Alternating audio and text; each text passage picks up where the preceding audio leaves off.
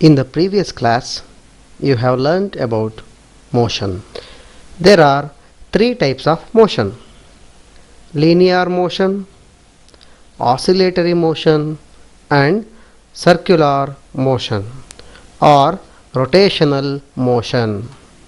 That is, if the motion of a body is in a straight line, then it is called linear motion.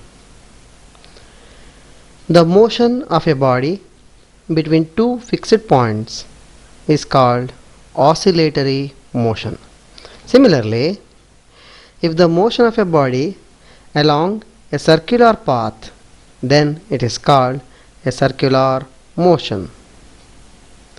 Example: revolution of Earth and planets around the Sun, revolution of Moon around the Earth, a merry-go-round, a giant wheel, a stone or a ball tied at one end of the string and revolving it, etc.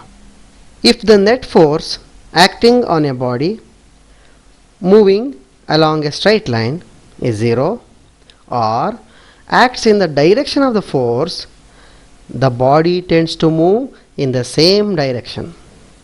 But if the net force acts at an angle to the direction of motion of the body, it changes its direction of motion along the curved path. This is leading to the circular motion. The simplest type of motion along the curved path is uniform circular motion. That is, the motion along a circular path with constant speed is called a uniform circular motion.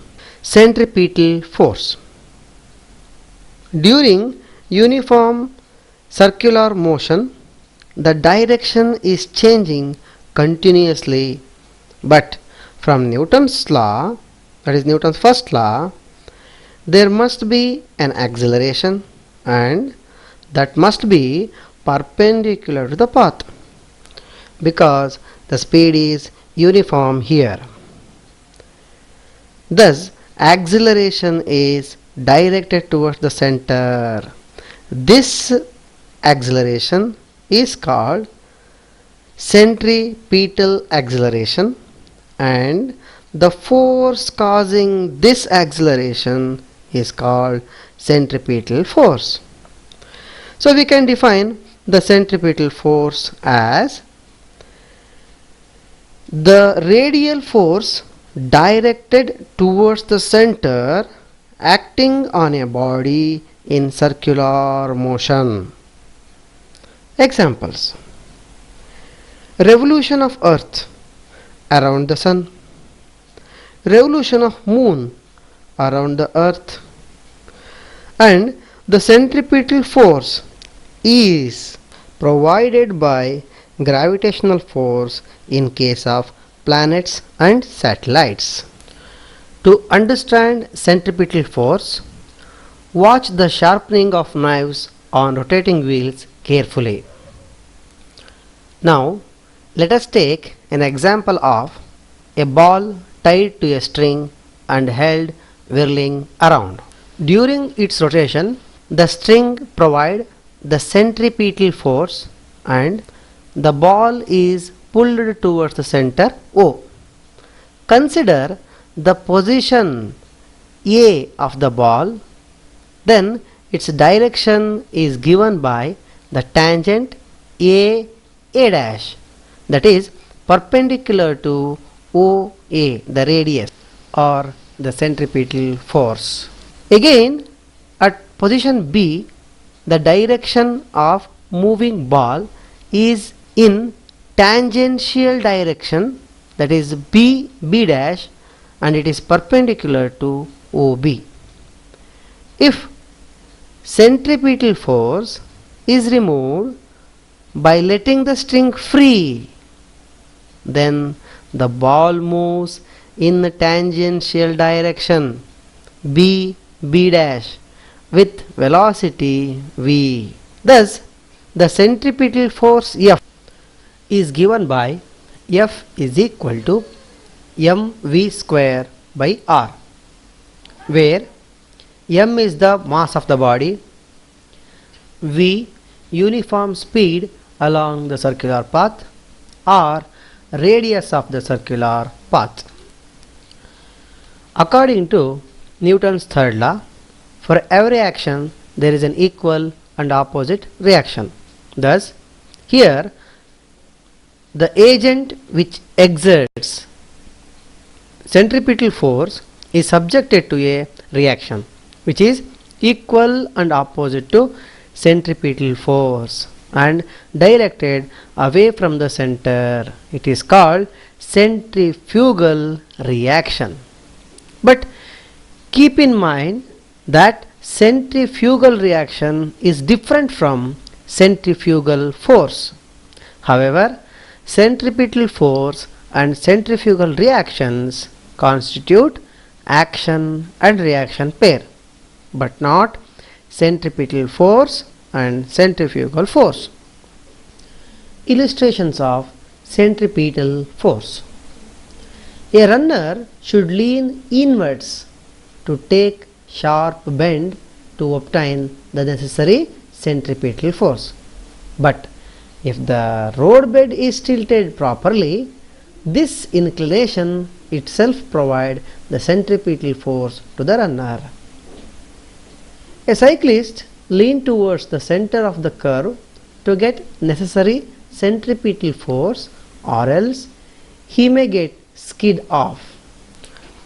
The vehicles on the road, while taking a bend on a curve, the centripetal force is provided by friction between road and the tires, but it is very small. Thus, to provide necessary centripetal force, the outer edge of the road is raised than the inner. This principle of raising the outer edge of the road over the inner edge to avoid skidding, wear of tires and preventing the damages to the vehicles is called banking of roads. Similarly, the outer rail of the railway track in curves is raised a little above than the inner rail to prevent the wear and tear of wheels and the chances of train going out of track. Centrifugal force. There is a misconception that an object moving in a circle has an outward force called centrifugal force, but centrifugal force has no real existence. Let us consider a ball tied by a string and whirled around.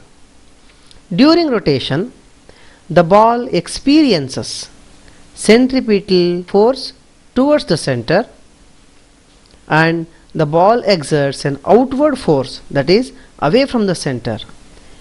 Keep in mind that the centrifugal force cannot be created but can be experienced during the circular motion.